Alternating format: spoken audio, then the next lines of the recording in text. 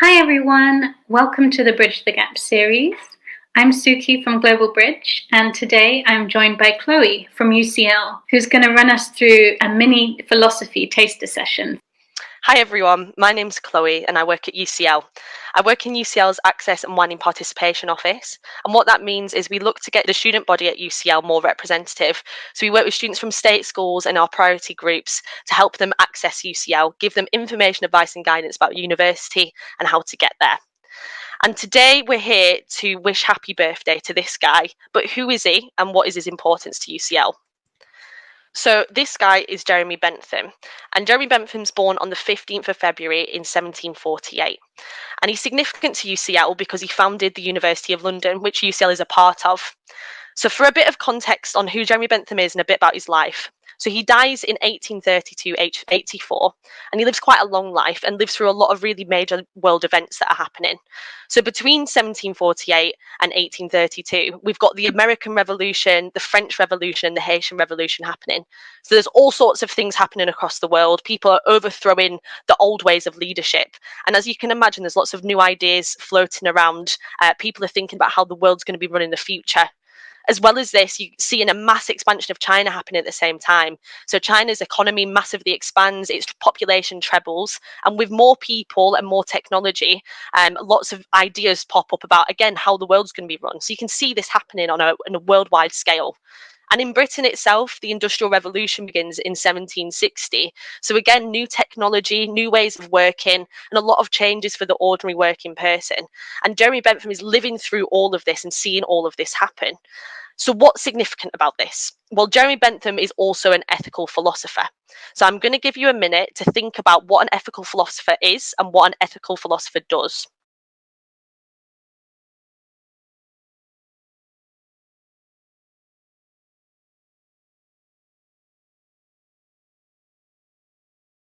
So by now you might have had a bit of a think about what an ethical philosopher does. So ethical philosophy is a discipline concerned with what is morally good and bad and what is morally right and wrong.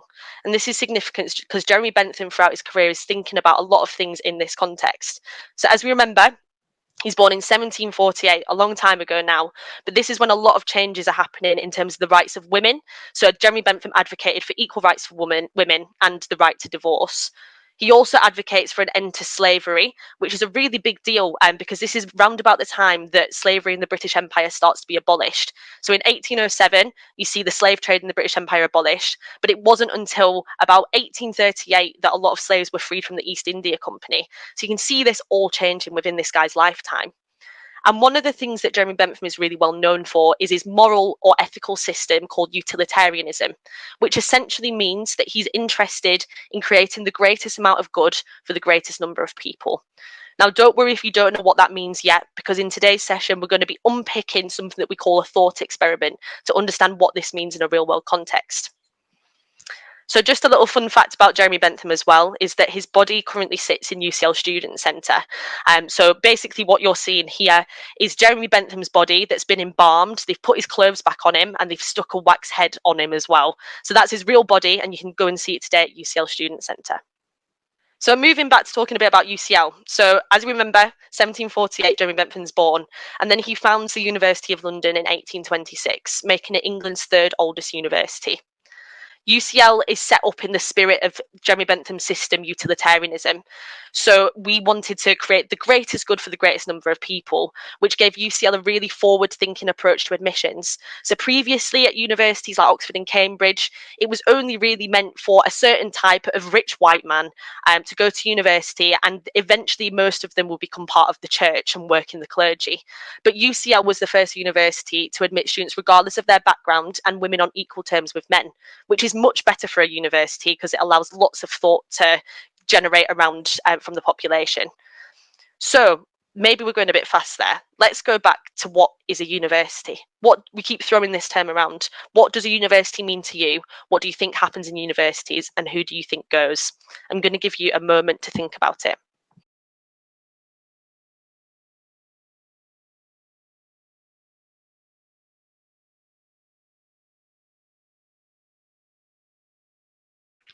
So a university is defined as a high-level educational institution in which students study for degrees and academic research is done.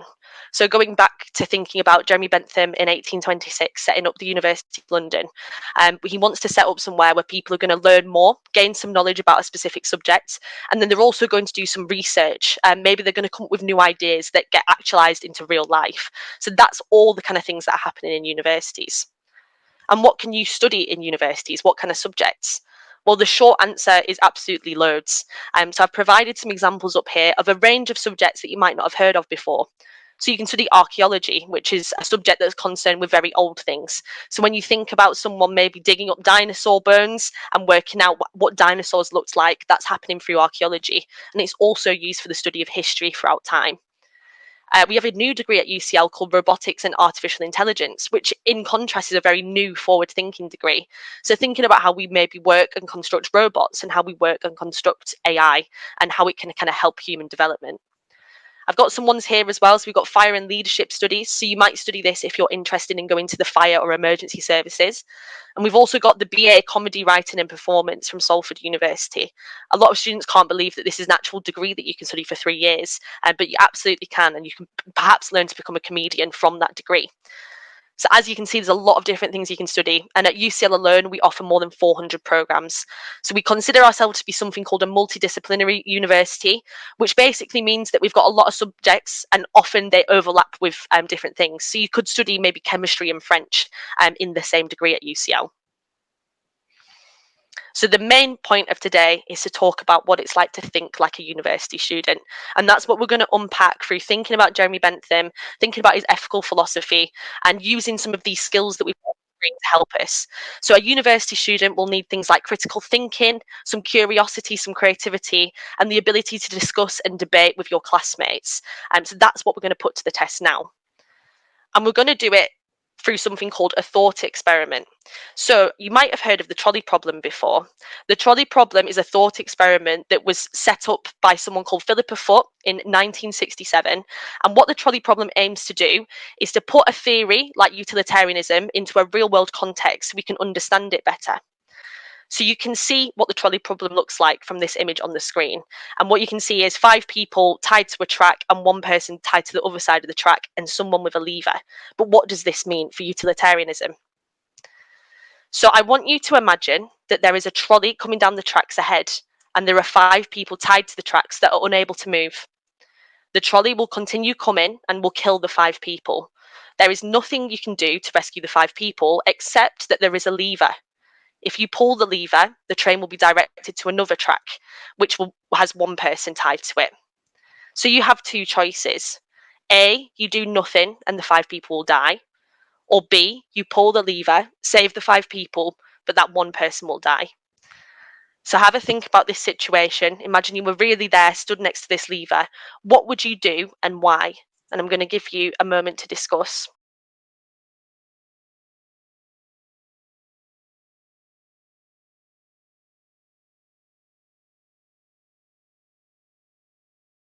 So now I hope that you've considered what you might do in this ethical dilemma situation. Did you make any assumptions? Was there a bit more information that you thought you might have liked? So maybe you assumed that all lives were of equal value and therefore 5 people dying and 1 person dying doesn't really have any difference between it. You might have thought that choosing not to act morally is the same as choosing to act. So if you chose not to pull the lever, for example, you still weren't kind of morally obliged to do anything. It would be the same as if you chose not to. You could also maybe want a bit more information. So, for example, you might have assumed that maybe one of the people were morally bad people and maybe deserved to die. Does that change how you think about it?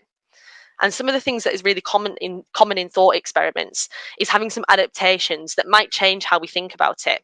So what we're going to do now is revisit the trolley problem and choose one of the 3 adaptations. So adaptation A, the lone worker is someone that you know. So it might be a friend, a family member, it might even be an enemy. Does that change how we think about the trolley problem? Adaptation B, the 5 workers on the track are all convicted criminals. So does that change how we consider if we pull the lever or not?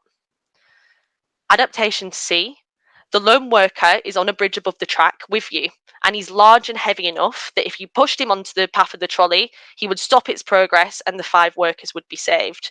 So does that change what you think about it? Again, I'm going to give you a moment to discuss if you changed your mind.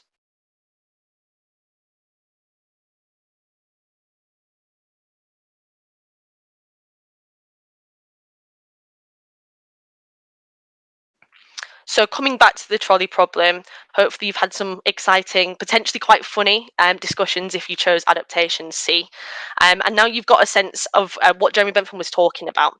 So what Jeremy Bentham would say about this whole situation is that utilitarianism is there to create the greatest good for the greatest number of people. And in most circumstances, it's the best thing to do to kill the one lone worker that's tied to the track rather than killing all 5. So that's kind of how he understands things. But again, this might change if we consider that someone's a convicted criminal or they've harmed someone else.